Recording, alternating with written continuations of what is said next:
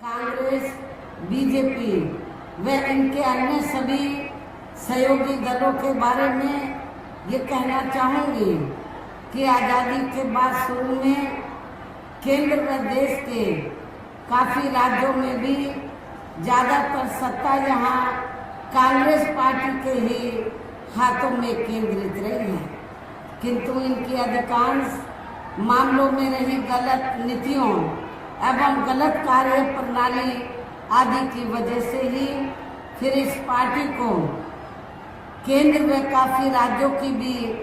सत्ता से बाहर होना पड़ा है तथा यही स्थिति इनकी सहयोगी पार्टियों की भी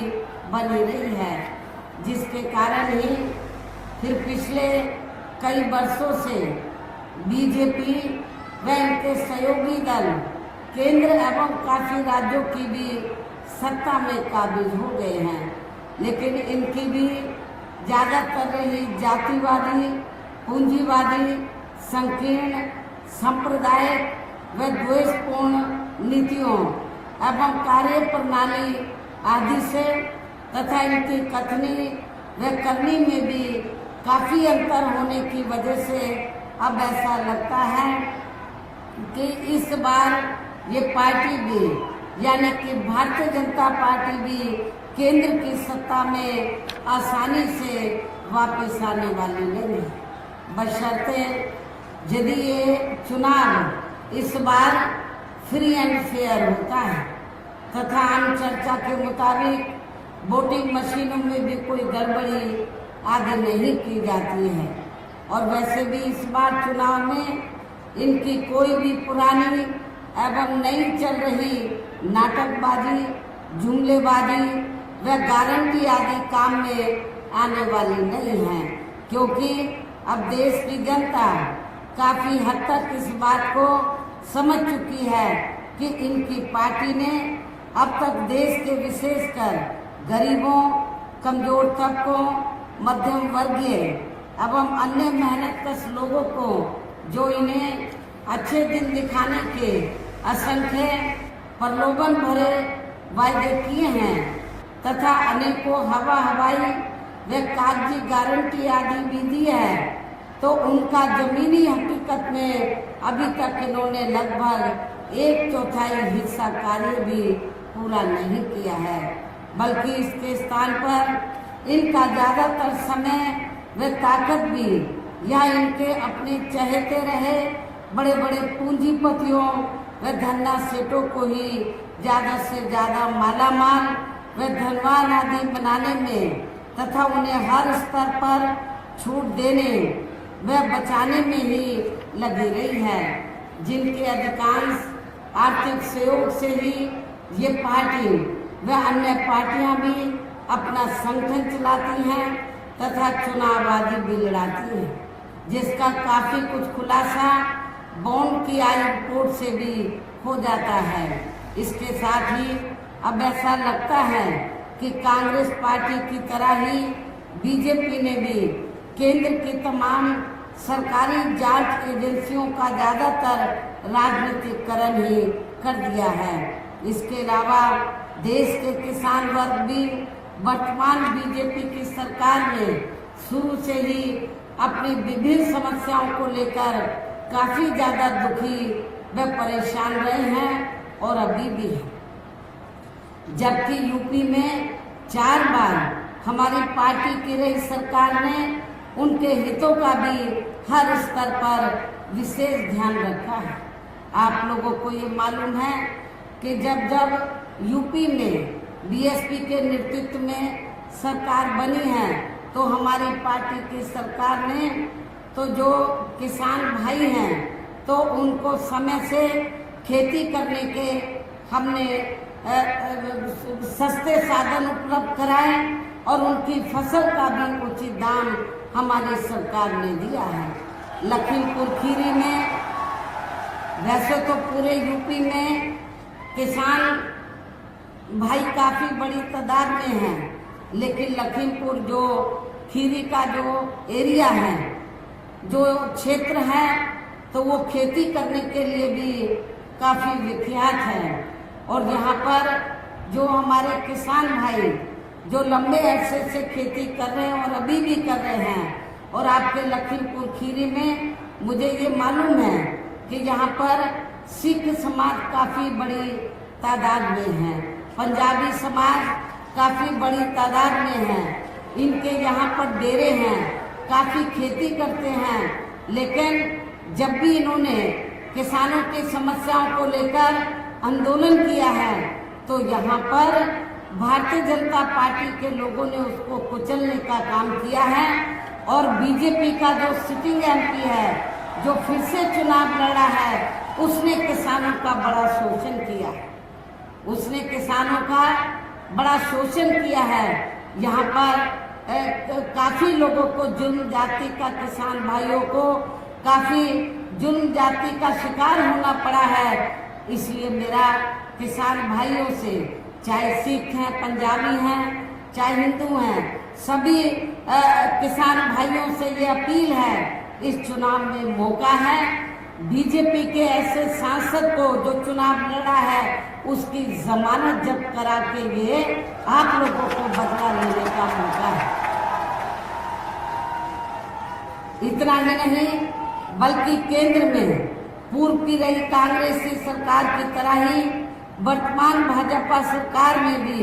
इनकी जातिवादी, हीन, सांप्रदायिक एवं पूंजीवादी सोच व नीतियों के चलते ही पूरे देश में सर्व समाज में से खासकर गरीबों, दलितों, आदिवासियों, पिछड़े वर्गों, मुस्लिम एवं अन्य धार्मिक अल्पसंख्यक समाज के लोगों का भी पूर्ण रूप से विकास व उत्थान आदि नहीं हो सका है। और इस संदर्भ में वैसे आप लोगों को ये मालूम है कि पूरे देश में यहाँ दलितों, आदिवासियों एवं अन्य पिछड़े वर्गों का सरकारी नौकरियों में वर्षों से अधूरा पड़ा आरक्षण का कोटा भी अभी तक पूरा नहीं भरा गया है। विशेषकर एससी व एसटी वर्गों के सरकारी कर्मचारियों का पदोन्नति में आरक्षण भी अब काफी हद तक प्रभावहीन बना दिया गया है, जिसे जब सपा यहाँ पावर में थी तो समाजवादी पार्टी की सरकार ने पूर्ण रूप से खत्म कर दिया था। साथ ही केंद्र व राज्यों में भी विरोधी पार्टियों की रही सरकारों ने इन सभी वर्गों को प्राइवेट सेक्टर में आरक्षण दिए जाने की व्यवस्था किए बिना ही इनकी सरकारों के ज्यादातर सरकारी कार्य अब प्राइवेट सेक्टर के जरिए ही इनके बड़े बड़े पूंजीपतियों व धन्ना सेठों आदि को ही दिए जाने के कारण अब इनको पूरे देश में आरक्षण का बहुत कम ही लाभ मिल पा रहा है। इसी प्रकार इनका अन्य और मामलों में भी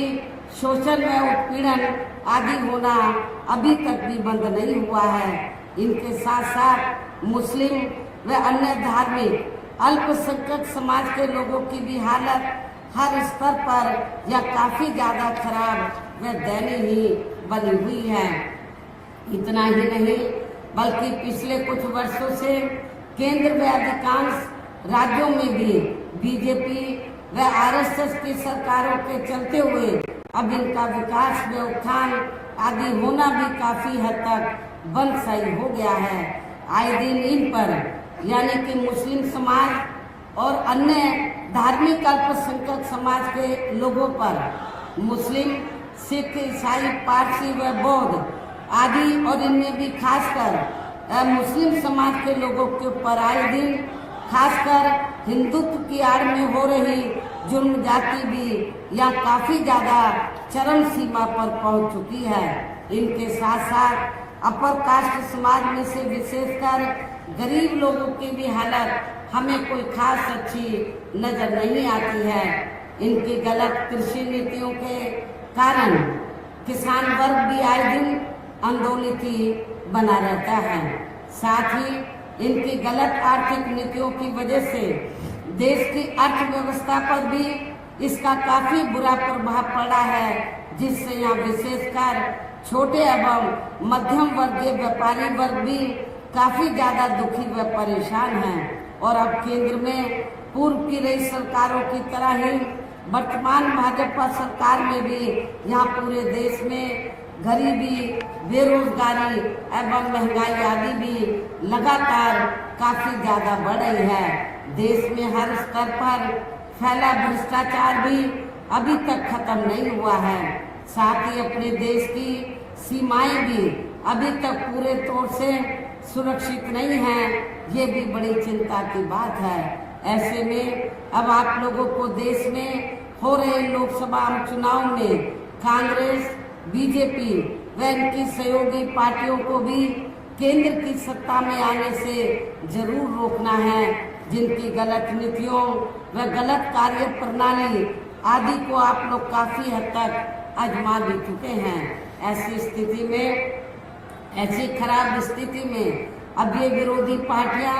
इस चुनाव में भी किस्म किस्म के साम, दाम, दंड भेद आदि अनेकों हथकंडे इस्तेमाल करके केंद्र की सत्ता में आने की पूरी कोशिश में लगी हैं, जिनसे अपनी पार्टी के लोगों को हर स्तर पर काफी ज्यादा सावधान रहना है। और इस मामले में विरोधी पार्टियां अपने अपने पक्ष में हवा बनाने के लिए खासकर मीडिया, ओपिनियन पोल व सर्वे आदि का जो बड़े पैमाने पर इस्तेमाल कर रही हैं, तो उससे भी अपनी पार्टी के लोगों को बिल्कुल भी गुमराह नहीं होना है। इसके साथ ही विरोधी पार्टियों के विभिन्न रूपों में जारी किए गए इनके हवाई व प्रलोभन भरे चुनावी घोषणा पत्रों एवं वायदों आदि के बहकावे में भी अपनी पार्टी के लोगों को कतई नहीं आना है, जिन्हें ये पार्टियां चुनाव खत्म होने के बाद ज्यादातर अमल में नहीं लाती हैं। और अब जिन पर से देश की जनता का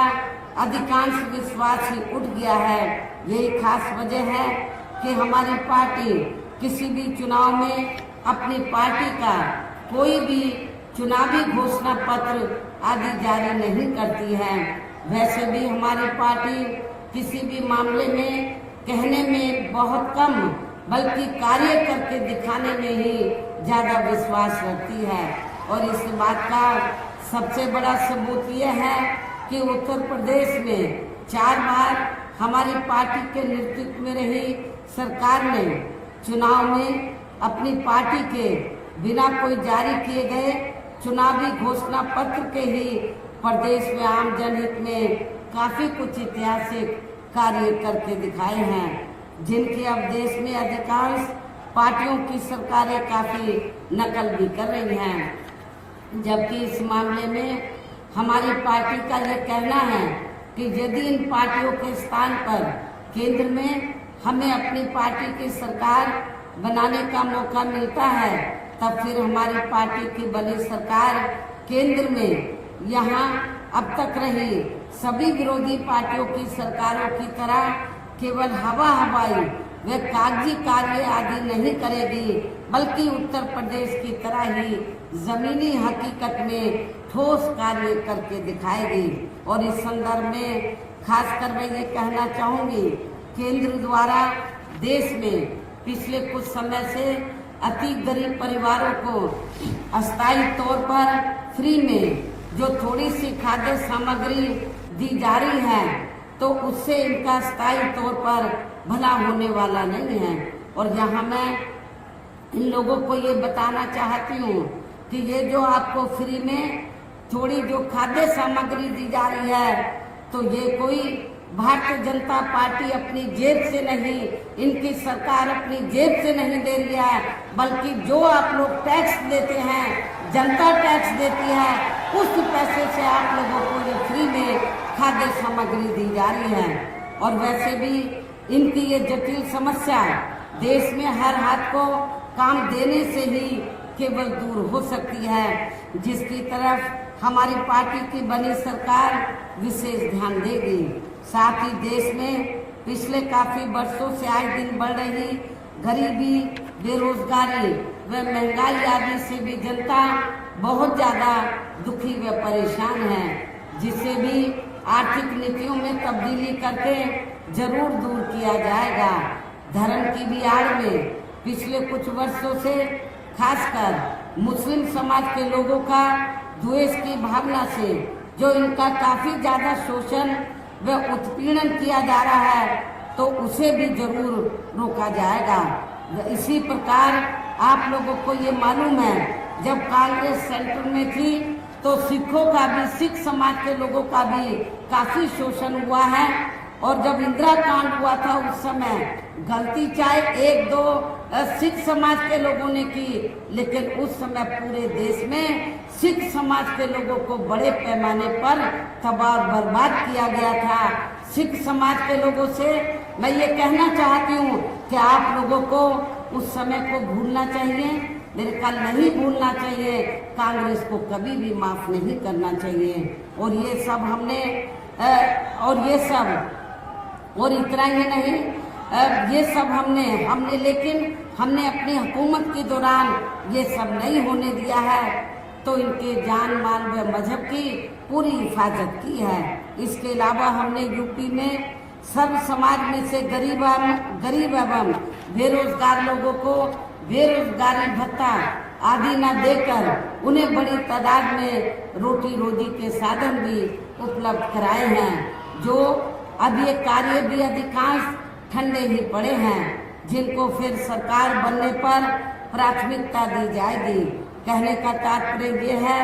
कि देश में इस समय हो रहे लोकसभा चुनाव में विरोधी पार्टियों के जारी किए गए उनके हवाई व प्रलोभन भरे चुनावी घोषणा पत्रों आदि के बहकावे में अब यहाँ खासकर देश के अति गरीबों, मजदूरों, बेरोजगारों एवं अन्य मेहनतकश लोगों को बिल्कुल भी नहीं आना है। और अब इन्हें ऐसी सभी विरोधी पार्टियों को हर हालत में केंद्र की सत्ता में आने से जरूर रोकना है, जिनकी कथनी व करने में काफी अंतर रहा है तथा जिन्हें ये लोग बरसों से आजमा भी चुके हैं। ऐसे में अब मेरा यही कहना है कि आप लोगों को अपने खुद के व अपने प्रदेश व क्षेत्र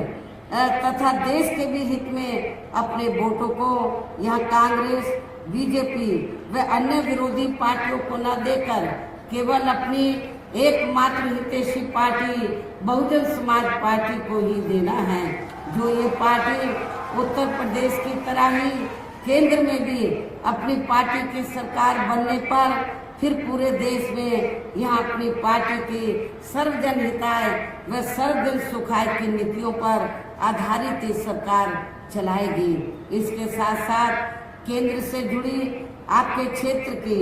जो भी यहाँ स्थानीय समस्याएं होंगी तो उन्हें भी फिर दूर करने का हर संभव पूरा प्रयास किया जाएगा।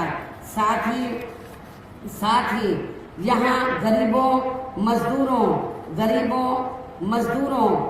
बेरोजगारों, कर्मचारियों, किसानों, छोटे व्यापारियों एवं अन्य मेहनतकश लोगों के हितों का भी विशेष ध्यान रखा जाएगा। सर्व समाज में से खासकर दलितों, आदिवासियों, पिछड़े वर्गों, मुस्लिम व अन्य धार्मिक अल्पसंख्यक समाज के लोगों के विकास एवं उत्थान के साथ साथ हर स्तर पर इनकी सुरक्षा आदि के लिए भी सख्त कदम उठाए जाएंगे। और तभी फिर यहाँ वास्तव में अपने देश के महान संतों, गुरुओं व महापुरुषों में भी विशेषकर महात्मा ज्योतिराव फूले, श्री छत्रपति शाहू जी महाराज, श्री नारायण गुरु, बाबा साहब डॉक्टर भीमराव अम्बेडकर एवं मान्यवर श्री कांशीराम जी आदि का अधूरा रहा सपना जरूर साकार हो सकता है, जिनको यूपी में हमारी पार्टी की रही सरकार द्वारा हर स्तर पर पूरा आदर सम्मान दिया गया है। इन्हीं खास बातों के साथ ही अब मेरा देश व आपके स्टेट के भी हित में, आपके क्षेत्र के भी हित में यही कहना है कि हमारी पार्टी ने यहाँ जिनको भी लोकसभा के लिए चुनाव के मैदान में उतारा है, हमारी पार्टी ने यहाँ जिनको भी लोकसभा के लिए चुनाव के मैदान में उतारा है, हमने आपके यहाँ खीरी लोकसभा की सीट से श्री अंशय कालरा को, जो पंजाबी समाज से ताल्लुक रखते हैं, इनको हमने यहाँ टिकट दिया है। आपको मैं ये बताना चाहती हूँ, पहले हमने इनको चुनाव लड़ाने का फैसला गाजियाबाद से लिया था, लेकिन जब हमें मालूम हुआ कि गाजियाबाद में सिख और पंजाबी समाज ये लखीमपुर खीरी की तुलना में कम है, लखीमपुर खीरी में ज़्यादा है, तो फिर हमने गाजियाबाद की जगह गाजियाबाद के स्थान पर इनको लखीमपुर खीरी से चुनाव के मैदान में उतारा है। और आप लोग सब लोग इनको जी जान से जिताने में लगे हैं। धोरारा, इससे लगी हुई धोरारा लोकसभा की सीट है। इस सीट से हमने ब्राह्मण समाज से श्री श्याम किशोर अवस्थी को हमने चुनाव के मैदान में उतारा है। यहाँ मैं ब्राह्मण समाज के लोगों को ये बताना चाहती हूँ कि हमारी पार्टी ने धोरारा से ही ब्राह्मण समाज के व्यक्ति को चुनाव के मैदान में अकेले नहीं खड़ा किया है, बल्कि उत्तर प्रदेश में हमने ब्राह्मण समाज के लोगों को काफ़ी टिकट दिए हैं। मुझे नहीं लगता कि हमसे ज़्यादा किसी और पार्टी ने ब्राह्मण समाज को अपर कास्ट में टिकट दिए हैं। श्याम सिंह किशोर अवस्थी धोरारा से हमने इनको खड़ा किया है। और इसी प्रकार सीतापुर लोकसभा की सीट है। लोग कहते हैं, समाजवादी पार्टी के लोग कहते हैं कि बीएसपी यादव समाज के खिलाफ है। हमारी पार्टी यादव समाज के खिलाफ नहीं है, बल्कि समाजवादी पार्टी की जो सोच है, नीतियां हैं, उनके खिलाफ है। किसी वर्ग विशेष के खिलाफ नहीं है। यदि वर्ग विशेष के खिलाफ होती, किसी जाति विशेष के खिलाफ होती, तो फिर हमारी पार्टी अकेले सीतापुर से नहीं, बल्कि हमने और भी सीटों पर यादव समाज के लोगों को टिकट दिया है। हमने सीतापुर लोकसभा की सीट से श्री महेंद्र सिंह यादव को चुनाव के मैदान में उतारा है, जिनको जिताने में आप लोग पूरे जी जान से लगे हैं। हमारे तीनों प्रत्याशी आप लोगों के सामने यहाँ मौजूद हैं, मंच पर मौजूद हैं, तो उन्हें आपको जरूर कामयाब बनाना है, जिसके लिए यहाँ पार्टी के सभी स्तर के छोटे बड़े पदाधिकारी एवं कार्यकर्तागण आदि पूरे जी जान से लगे हैं। और अब अंत में मेरा यही कहना है कि आप लोगों को वोट पड़ने वाले दिन यहाँ बीएसपी के अपने सभी लोकसभा उम्मीदवारों को अपनी पार्टी के हाथी चुनाव चिन्ह, बीएसपी का चुनाव चिन्ह क्या है? हाथी। अपनी पार्टी के हाथी चुनाव चिन्ह के सामने वाले बटन को दबाकर